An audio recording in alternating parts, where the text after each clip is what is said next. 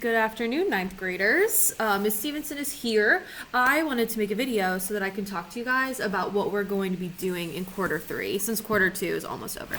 So first I want to say congrats to all ninth graders and ninth grade parents and families. You did it. So we're almost finished with quarter two and with an entire semester of virtual learning. Overall, especially quarter two, I really thought the ninth graders stepped it up. I thought you guys did a great job. You're really able to finish it off. I've got all of your grades are in right now. If you haven't turned in your little research project for Animal Farm, that can still be turned in, but otherwise all the grades are updated. I'm really happy with everything. I think you guys did a good job. We made it through. We reached kind of all of my goals. I'm really excited, really proud that we did that together. So good job. Much deserved break indeed. So a couple things before we get started. The first thing, I just want to remind you guys that all late work for my class is due Friday, December 18th at 3 p.m., which is tomorrow because I'm recording this. It's Tuesday.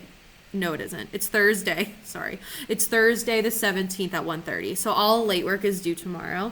I have a help night tonight, and then I have a help night on Friday at 3 p.m. So if a student needs any extra help or if their grade's wrong and they need me to fix something, they can log in to Stephenson Help Night at 3 p.m. today and tomorrow, and I can help them with that.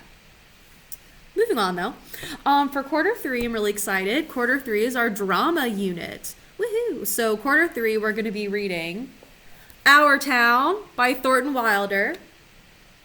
And then we're also going to read Romeo and Juliet, which I'm sure you're like, bleh, but Romeo and Juliet is just so fun.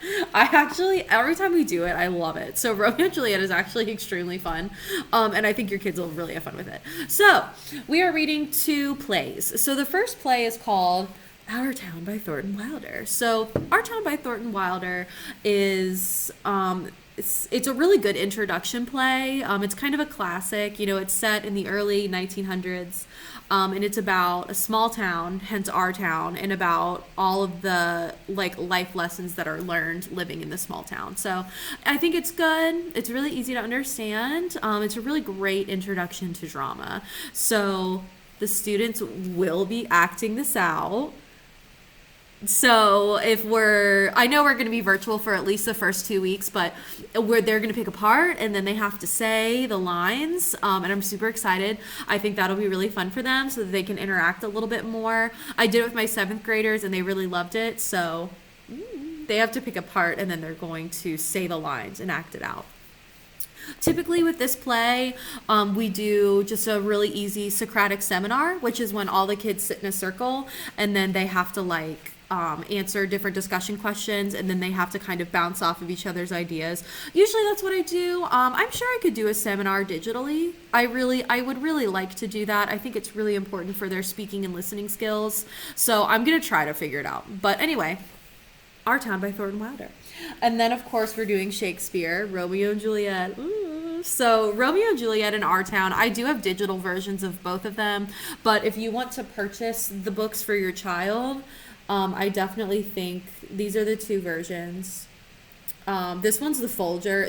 We pretty much use Folger for all of our Shakespeare works. We all have these Folger editions.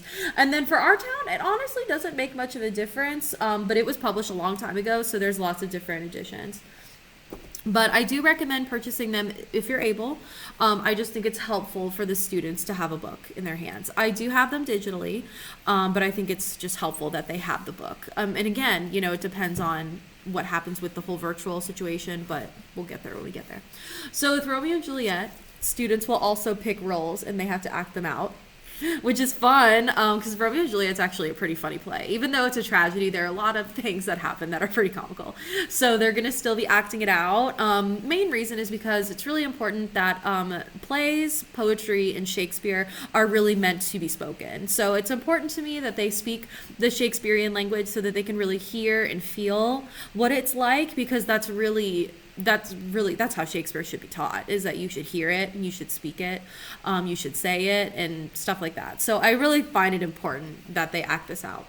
After they read this, they usually do an argument essay. So it's just the kind of essay that we haven't done before, because they did persuasive, and then they did their literary analysis with the Pearl, and then they did their research project with Animal Farm. So now we're moving on to argumentative writing. with Romeo and Juliet, and it's pretty fun. I've never had students have issues on the argument essay. Usually the research is the hard part, but argument essay, they usually don't have any issues. So I think that should be fine. Usually I teach Lord of the Flies during quarter 3, but it is going to be way too difficult to get all of the content in, especially because we do the Odyssey in quarter 4. Usually quarter 3 leading into quarter 4, we do poetry as well. So it all kind of connects. So we've got our drama, and then we do poetry, and then the poetry goes into the Odyssey, which is technically an epic poem. So it all kind of goes together with the types of literature that we'll be reading, but we just can't fit Lord of the Flies in. So I love Lord of the Flies. So if your child is looking for a book to read, Lord of the Flies is wild. It's a great book, and I'm really sad that we can't read it this year, but if they want to read a book independently, that is a good one, because it's really good. But that's what we'll be doing quarter 3. Plans might change when it comes to what I create for their culminating assessment, but the books are not going to change. So they're going to read Our Town by Thornton Wilder. They are going to read Shakespeare's Romeo and Juliet. Our Town is going to be first, Shakespeare is going to be second, and then we will do poetry, and then we will do the Odyssey. So those are for sure. The assessments that I pick, you never know.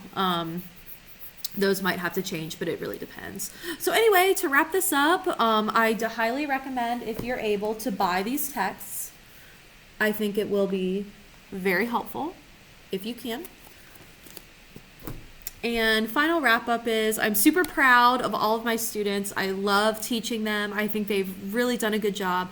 I know that they do not want to be in this situation, but I think they've made the best of it, and I really think that they're trying. So congrats to all you parents and family members watching this. Your kids, they're doing it, and I'm really proud of them. I really enjoy what we're doing, and I'm really happy with how things ended up. In general, I'm really happy with it. So if you have any questions at all, you know where to find me, but otherwise have a great winter break, and I hope you're all excited for the drama and poetry for quarter 3, because that's my favorite unit, so I'm really excited. Anyways, I'll see you guys in 2021. Have a well-rested, much-deserved break, and I will see you then.